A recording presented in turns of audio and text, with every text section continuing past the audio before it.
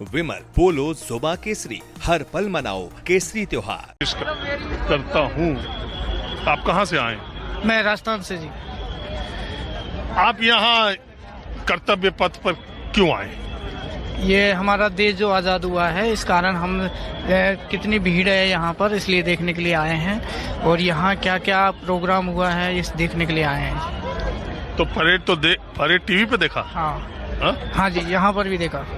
आए तो परेड देखने ही आ गए थे? हाँ। यहाँ बैठ के देखे थे? हाँ जी बिल्कुल। पास पहले का बनवा लिया था क्या? बनवा लिया था। मैं पीओ में काम कर रहा हूँ, मैं LNT में इंजीनियर हूँ जी।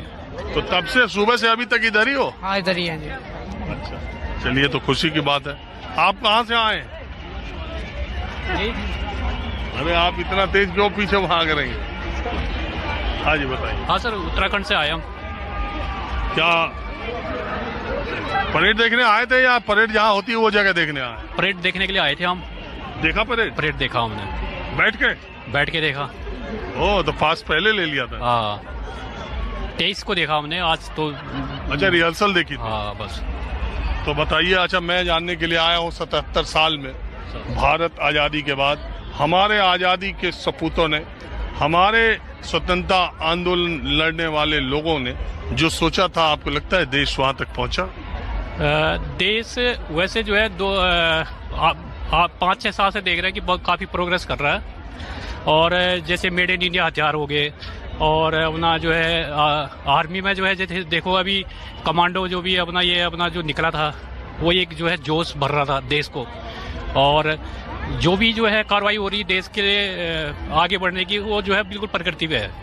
अगर हम चाहे तो इस पर जो है सहयोग करें तो देश बहुत आगे बढ़ सकता है। लेकिन जब तक आम जनता या हम सहयोग ना करें तब तक कुछ नहीं हो सकता। और हम किसी के भरोसे पे बैठे रहे तो वो हमारा भला नहीं कर सकता।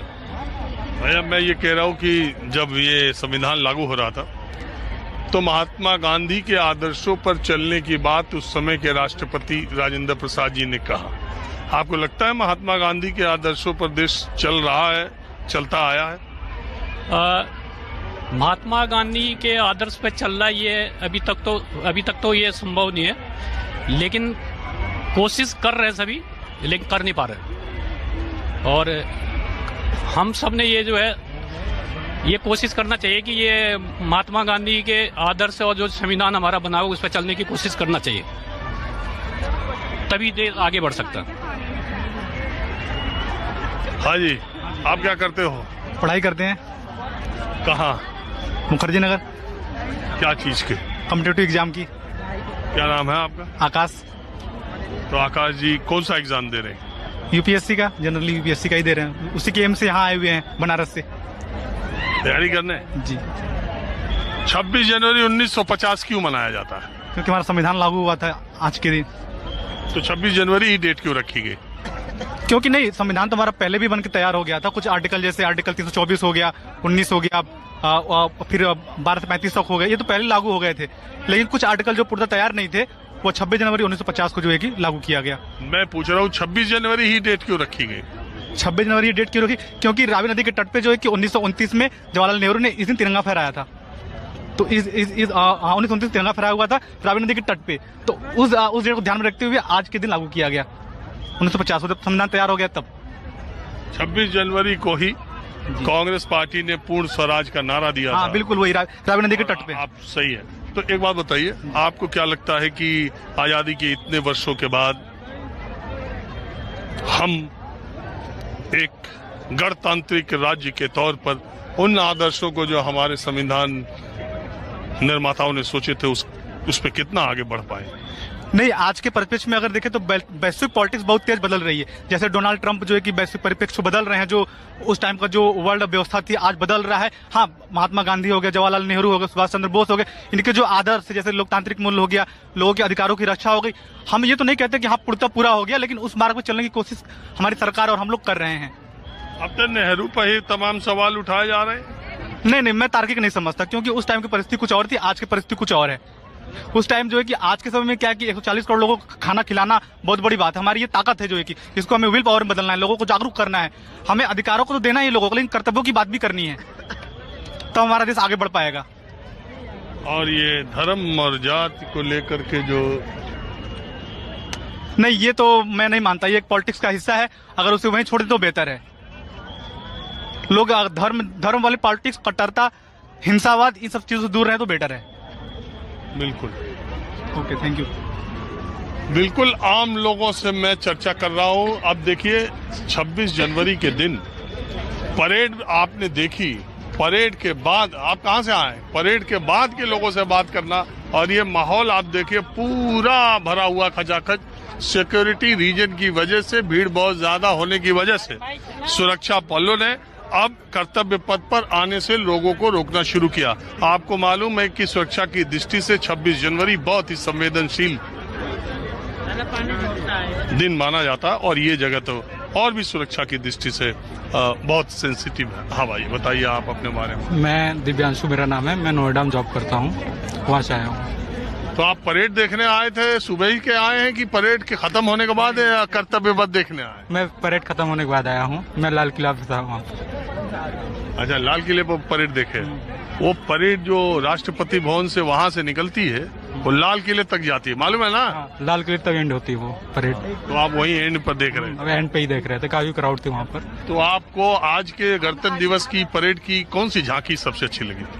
मैंने तो एक ऐसे गांव टाइप का बना हुआ था जो झांकी बहुत अच्छी थी, काफी दूर से मैं देख रहा था, लेकिन वो काफी मनमोहक दृश्य था हमारे लिए, क्योंकि हम गांव बनारस से आते हैं, तो काफी अच्छा था, वो सुनहरा अच्छा था। कहाँ बनारस से आते हैं? मैं बनारस के शिवपुर से रहता हूँ, बिलेट बाजार के पास एयरपोर्ट। शिवपुर कौन गाँव है यार? उधर शहर है। मतलब गांव में मैं रहता हूँ, एक्चुअली मैं यहाँ पढ़ाई करता था, फिर यहाँ मूव किया हूँ।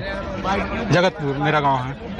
आप कहाँ से? हाँ, मैं ये बोलना चाहूँगा कि जो रिपब्लिक डे में लोग स्टेटस लगाते हैं कि मैं इतना बड़ा देशभक्त हूँ, वो अगर आप वो जो सिविक सेंस के बारे में इस बार चर्चा ज़्यादा हो रही है, वो सिविक सेंस जो गंदगी लोग जहाँ फैला रहे हैं, या फिर कई लोग अपना जो मूलभूत कर्तव्य है वो नहीं पालन कर पा रहे हैं, उसको लेकर मैं कहना चाहूँगा कि लोग गणतंत्र दिवस मना रहे हैं, ठीक है, सही बात है, बट वो अपने कर्तव्यों का भी पालन करे, मैं ये कहना चाहूंगा सर। उस आदमी को स्वतंत्रता दिवस और गणतंत्र दिवस की बधाई देने का कोई हक नहीं है जो इसी देश में रहते हुए, इसी देश के लोगों की सेवा करते हुए भ्रष्टाचार कर रहा है, घूस ले रहा है, अपने कर्तव्यों का कोई निर्वहन नहीं कर रहा है, अपने ही लोगों, अपने ही देशवासियों का शोषण कर रहा है, चाहे किसी पद पर है या नहीं है, सरकारी आदमी अगर है। मैं मानता हूँ उसको कोई हक नहीं है कि वो गणतंत्र दिवस का स्टेटस लगाए, और दूसरे जहां उसे जो काम करना चाहिए वहां वो भ्रष्टाचार, जातिवाद, धर्म के आधार पर विभेद, ये सारी चीजें कर रहा है। और झंडा ऊंचा रहे हमारा, वो कहता है तो बहुत कोफ्त होती है, सबसे बड़ी बात। ऊपर की दिखावे की बात है ना। हाँ, ऊपर ऊपर के दिखावे, अंदर टोपी उतार दो तक यार, गर्मी आ गई। कोई नहीं, जैसे वो जो आप बोल रहे हैं ना कि लगा लो यार। अच्छा, लगा ही लेते हैं। हमें लगा गर्मी की वजह से। नहीं, जैसे कि अभी जो आप बता रहे थे कि जो भ्रष्टाचार हो रहा है, वो स्टेटस लगाते हैं। मैं कह रहा हूँ उन लोगों को गणतंत्र दिवस की बधाई देने का कोई अधिकार नहीं जो भ्रष्टाचारी हैं, जो करप्शन करते हैं, जो अपने कर्तव्यों में निर्वहन नहीं करते, अपनी ड्यूटी को नहीं करते, और अपने ही लोगों का शोषण करते हैं, एक्सप्लॉयटेशन करते हैं किसी भी तरीके से। तो उनको कोई अधिकार नहीं है, बस के ऊपर ऊपर के दिखावे, व्हाट्सएप पे, फेसबुक, इंस्टा पे स्टेटस डाल देंगे, हम बहुत बड़ा देशभक्त है, लेकिन अंदर अंदर वो क्या कर रहे हैं वो तो जनता जानती है सबको। कहाँ से आए हो? यहीं पे रहते हैं, बिहार से हैं। क्या करते हो? मतलब कि मैं एक ट्यूटर हूँ, होम ट्यूशन पढ़ाता हूँ। क्या? होम ट्यूशन पढ़ाता हूँ। मैं एक बात और कहना चाहूँगा